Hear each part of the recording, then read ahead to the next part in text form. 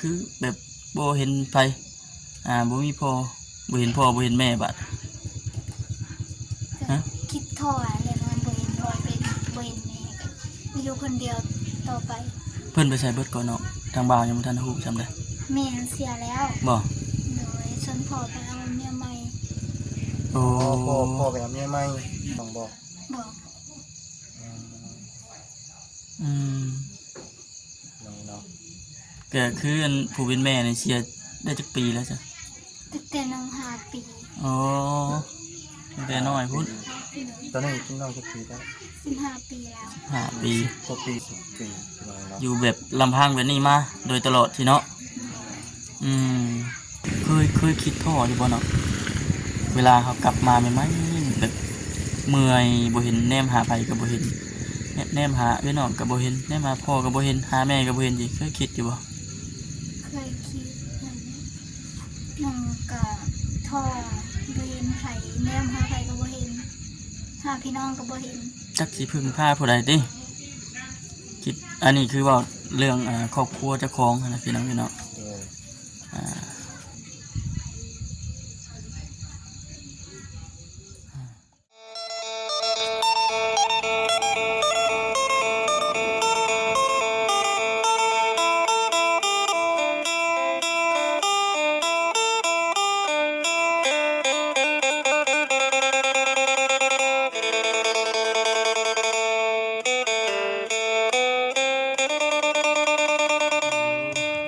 คำนะเปิดเฟซหน้าเลยเปิดเฟซหน้าได้น่ะของเจ้าบ่ได้เปิดได้เฟซหน้านะก็เปิดเล่นนี่เปิดทั้งนี้บ่บ่ได้นะของเจ้าได้บ่ได้นะเปิดเฟซหน้าใครบ่ว่าแต่ว่าได้เนาะคำแล้วพี่น้องเอ้ยเนาะพากันมาฮอดอันช่วงค่ำๆพุ่นพากันโค้งมาตั้งแต่พุ่นทางบนเฮาลงนี่ก็อยู่แถวตะเลวเนาะตะเลวพุ่นตาม GPS มาพี่น้องเอ้ยตั้งใจมาหาน้องอันอย่างก็ลืมเลยน้องลำคาญน้องลำคาญโอ้ยชื่อเพิ่นก็ได้พี่น้องเอ้ยเนาะ น้องลำคาญพี่น้องเอ้ยเนาะลำคาญมื้อนั้นนะเบาคำกับบ่จิตก็ได้เข้ามาหาแล้วเทื่อนึงตะกี้นะคำละ44เด้อพี่น้องเอ้ยมาหาเพิ่นแล้วเทื่อนึงพี่น้องเอ้ยเนาะตอนช่วงมื้อนั้นน่ะเพิ่นยังบ่ทันได้มาแต่เวียงมาทะเลเพิ่นไปเวียงบ่เพิ่นไปเวียงตามที่บ่คำฮู้คร่าวๆได้สบายเด้อเนาะพี่น้องเอ้ยทักทายสบายดีช่วงค่ำๆโดยมาช่วงนั้นน่ะเพิ่นไปเวียงช่วงนั้นแต่ว่ามีอันที่ว่าญาติห่างๆก็แม่นน้องผู้นั้นน่ะเพิ่นอยู่บ่เพิ่นอยู่นำอยู่บ่บ่ได้เพิ่นไปอยู่เพิ่นนอนผู้เดียวนี่บ่จากที่ได้ยินคำนั้นเพิ่นเว้าก็อยู่ผู้เดียวเพราะว่าแม่ก็เสียเบิดแล้วเด้เพื่อนชาติเพิ่นก็บ่ได้มีฮอดทางพี่น้องจากที่เพิ่นเป็นเคสที่ว่าทั้งไอ้บุญเราเคยเข้ามาทาอยู่แต่ตะกี้เนาะเป็นเคสเก่าของไอ้บุญบ่แม่นจากที่ได้ยินบ่จิตเพิ่นเว้าได้อันนี้ก็นะพี่น้องเนาะแต่ว่าถึงเพิ่นทายมาได้แม่นแล้วก็บ่ได้มีโอกาสเข้ามาบ่ได้ว่าแต่ว่ามันบ่ได้โหดปานนี้บ่แม่นมาช่วงนั้นก็บ่ได้แบบนี้แต่ว่าหลังจากนั้นมาก็พอทางมูลที่เพิ่นคิดช่วยพากันมาสอบถามเบิ่งเลยเพิ่นเปิดให้เจ้ายังเหลื่อมบาดยังรอขึ้นนึงอยู่ย่อกับบ่ยังเงินบาดนั่นน่ะกระเป๋าเปซันทุบเข้าทุบบ่มีเข้าอยู่แล้วเต็มกล่องตารางเดือนได้ยังต่อบัดนี้ว่าคนจริงนะบ่คนจริงก็ได้อยู่ประมาณ127ศอกโอ้ก็ถือว่าแล้วได้บ่แล้วบ่ได้พักได้บ่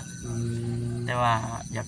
ลุกอยู่เลยบ่สิแต่เก้านี่ได้จักเปล่าแต่เก้านี่ก็ได้อยู่ประมาณ180ถือว่าโดนหลายว่าเป็นสาเหตุอย่างนี้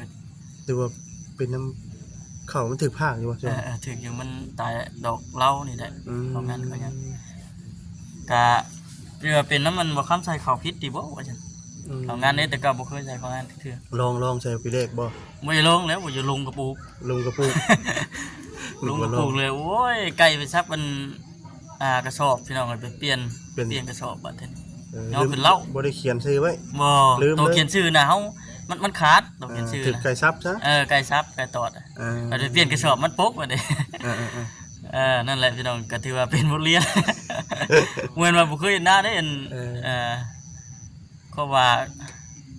ไก่ กลายเป็นเหตุ ไก่เป็นเหตุเรื่องนี้เนาะอันนี้คือว่าเรื่องกันเฮ็ดให้เฮ็ดนะแต่ว่าหลักๆเลยก็คือมื้อนี้นะพากันตั้งมุกตั้งใจมาหาน้องเพิ่นนี้น้องลำคาญนี่เพราะว่าทางบ่จิตน่ะไปเอาอันเบอร์ติดต่อนำน้องผู้นั้นน้องผู้นั้นแปลว่าเพื่อนใกล้กันแหละบางเทื่อบางครั้งก็เพิ่น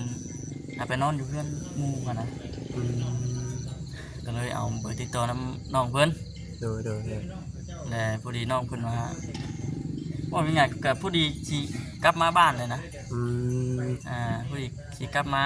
แต่เวียงแล้วถามไทยข้างนอกเนาะแม่นอันนี้ก็สิก็เข้าไปถามเบิ่งรายละเอียดอีก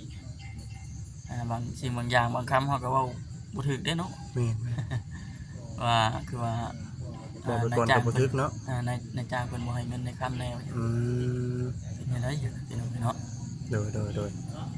คำทั้งมื้อแล้วจ้ะเอามีแต่ว่าสิโจกองไว้ก่อนแล้วทางบ่จิตกับบ่แสนเพิ่นยังเข้าไป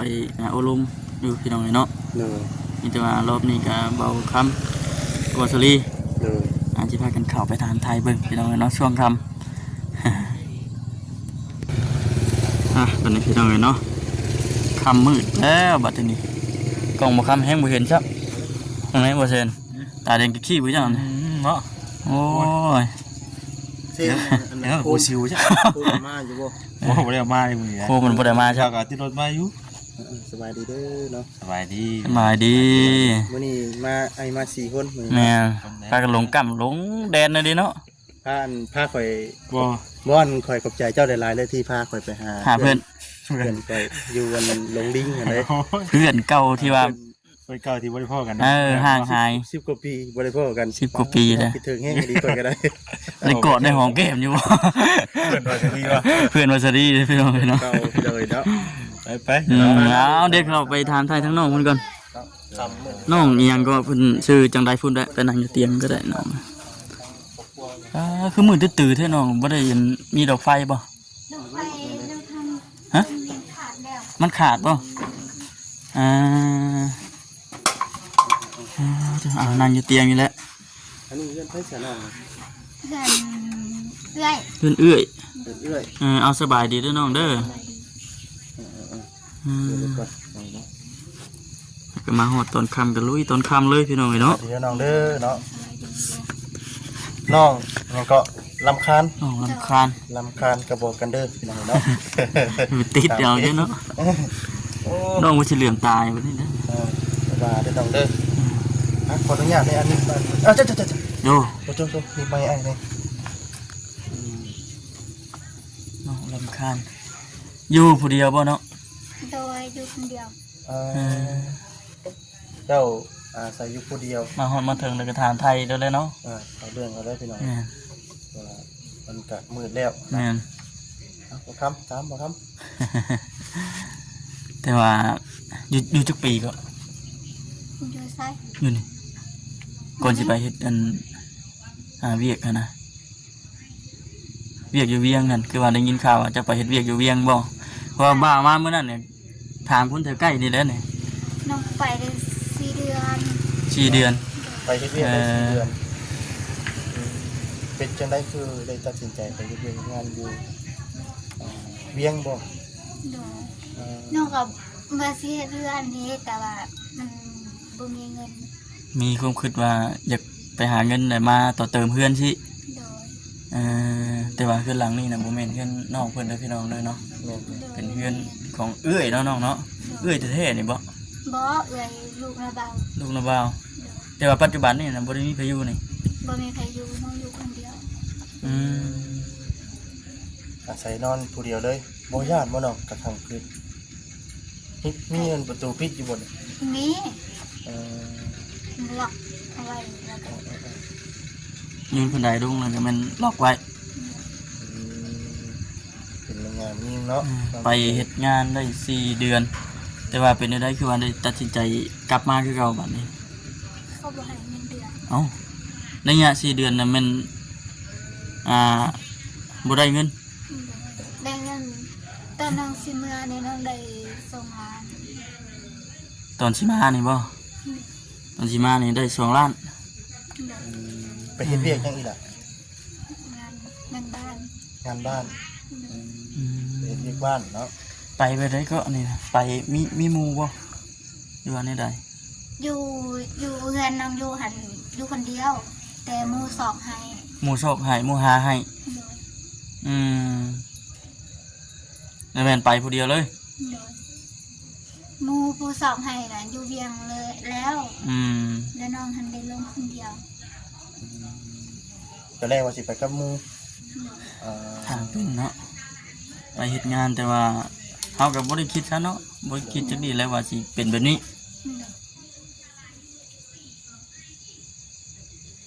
ตอนแรกว่าสิไปเฮ็ดเวียกงานน้ำหมู่เนาะหมู่ส่งเวียกส่งงานให้ อืม ว่าสิลงไปพร้อมกันเนาะแต่ว่าบัดหมู่บ่ได้ลงไปบัดนี้ทั้งน้องลงไปผู้เดียว โดย ไปเฮ็ดเวียกได้4 เดือนได้เงิน2 ล้าน อืม แล้วเพิ่นบ่ให้จักล้านจ้ะน้องเพิ่นบ่ให้ ได้ทั้งสองล้านกับ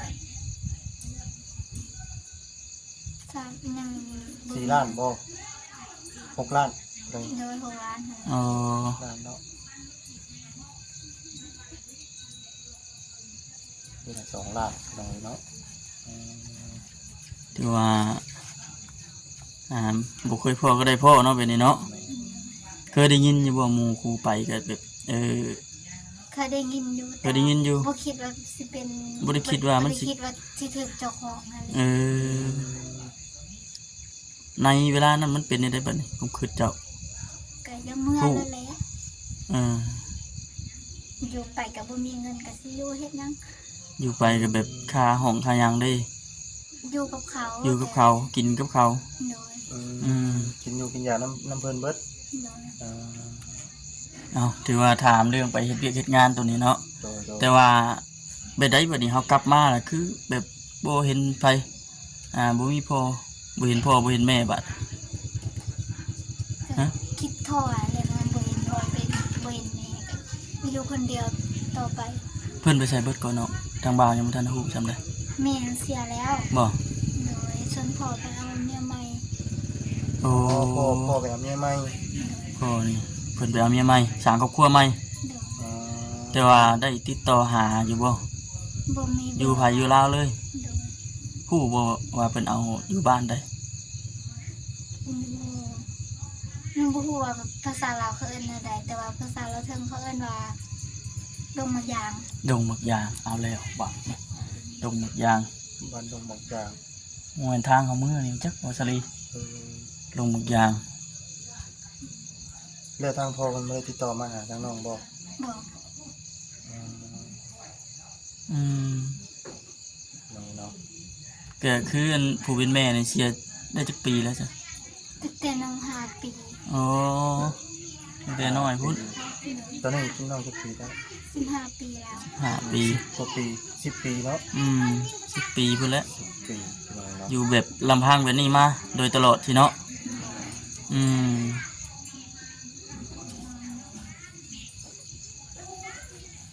จ้ะเป็นพี่น้องเนาะมาอยู่เพื่อนอยู่ชานกับเฮ็ดจังไดจะเฮาเรื่องอยู่เรื่องกินได้ซะเนาะกินอยู่ใช้ กินอยู่น้ำน้าสาวนี่แหละ นั่นสาวเออ กินมันมาสาว เนี่ย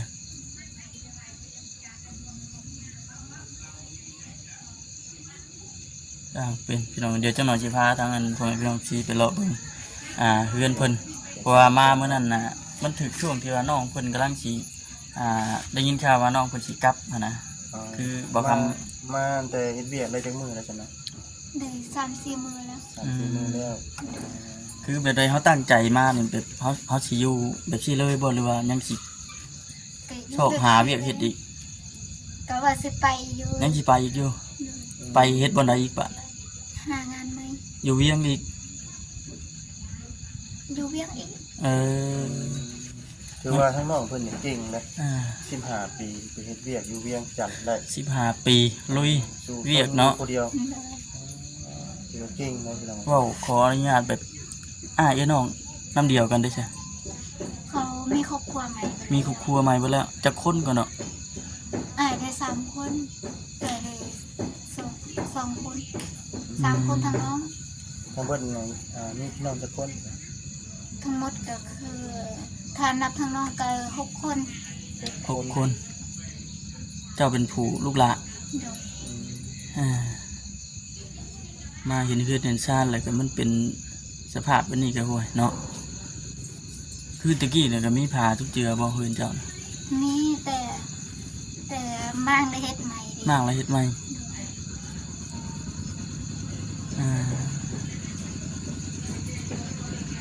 แต่ว่าช่วงพ่อไปเอาเมียใหม่ได้บัดนี้เจ้าตอนนั้นน่ะเป็นจังได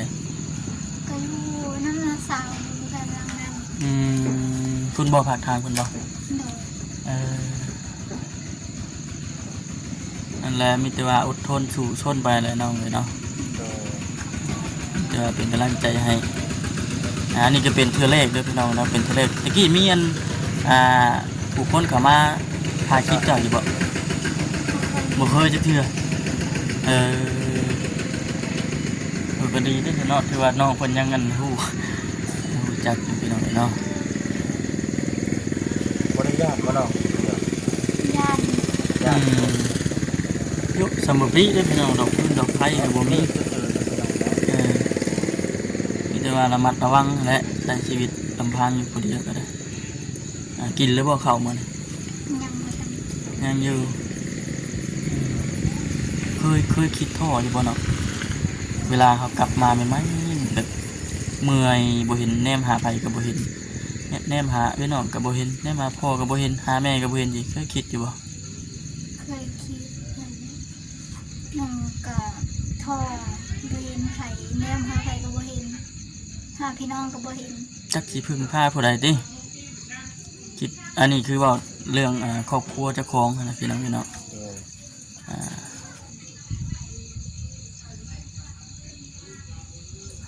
ครับเกิดมาก็บ่เห็นหน้าพ่อหน้าแม่เนาะ ยังเก่งยังว่ายังพอได้ติดต่อเนาะติดต่อเว้า บ่ ได้ ได้ พอ ลม ตอนไปเด้ตอนไปเพิ่นบ่ได้จักซั่นบ่ตอนจะไปเฮ็ดเวียกบ่จักจัง 10ปีบ่พอจะไปจักปีจ้ะเนาะทำยังไง แม่น้องเสียตอนน้อง5 ปีแล้วบัดนี้เขาก็ไปเอาเมียใหม่ตอนน้อง8 ปี ตอนอายุ8 ปีพุ่น โดย แจ้งว่าได้จักปีก็เปิด 8 ปี 8 ปี ปี ปัจจุบันก็15 ปีแล้วถือว่าลุยเวียกเต็มที่ไปบ้านอื่นเมืองไกลก็ถือว่าได้ไปแล้วลำบากบ่เนาะ ลำบาก คือทั้งอ้ายน้องได้จ้ะบ่ได้โทรมาดินถามไทยนำบ่ แบบว่าอยู่ไผอยู่ลาวเนี่ยนะเนาะ อยู่ครอบครัวไปประมาณเนาะ แบบว่าเขาเจ้าก็มีครอบครัวแหละหรือว่าเป็นจังไดเนาะ มีหน้าที่เนาะ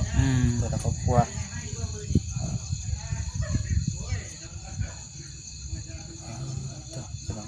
น้อง น้องอัน ลำคาญ น้องลำคาญ จะเปิดลำคาญเด้อปล่อยเราเป็นหัวก่อน แม่นั่นแหละเนาะเห็นคลิปเพิ่นคือว่าเศร้าแหละ เสาที่อย่างเป็นน้องเนาะ คือทางทีมงานทำมาเนี่ยก็มาให้กำลังใจแล้วก็มาถามไทยเบื้องก่อนหั้นนะ เดี๋ยว เป็นจังไดแต่ว่าอยู่ในปัจจุบันนี่ก็มาบ้านก็เป็นช่วงเจ้าถึกช่วงกันก็เจ้าเกี่ยวเขาบ่ไปรับจ้างอยู่บ่ล่ะ ไป อืมวันเท่าไหร่ก็เนาะ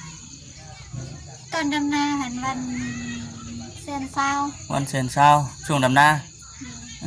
บัดช่วงเกี่ยวเขานี่ดิมาบ่ทันบ่ วันเส้นนึง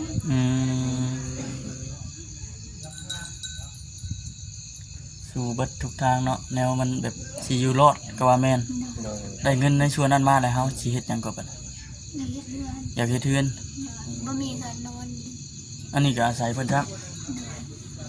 ช่วยทุกสิ่งทุกอย่างนี่ยังบ่มีเป็นของเจ้า ยัง ของ บ่ทันได้มีหยังเลย เพราะว่าต้องอาศัยเพิ่มเพิ่นเนาะนอน คือ ชานทั้งญาติพี่น้อง มาความเชื่ออะไรเป็นเอานะทั้งน้องเพิ่นก็คือสิคิดเกรงใจอยู่ดอกเนาะเกรงใจทั้งในเช้านี้อยู่บ่ เกรงใจ เกรงใจอยู่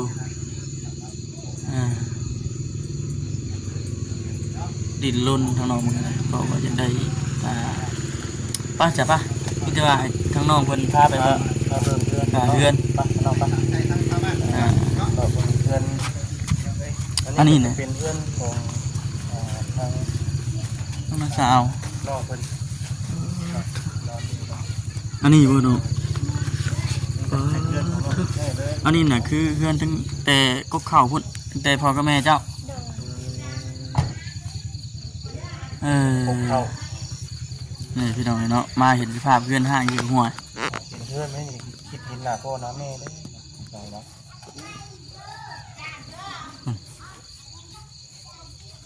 สักปีได้เพื่อนห้างที่เราทางด้านนี้คือทางนอกเก็บเงินเก็บข้ามถึงมาสองแสนด้วยนะพี่พ่อ หลอกผู้พังไปเบิดแต่พี่น้องเนาะโอ้ แต่มันบ่มียังเติมขึ้น คือทางแรกที่เราไปหาที่งานอยู่ทางอยู่เวียนนี่คือสิมาสมเสียมเพื่อนทางนี้เนาะพอได้ว่าได้นอนเพื่อนของเจ้าของเนาะ นะฮะ แต่ว่าคมบางเนาะ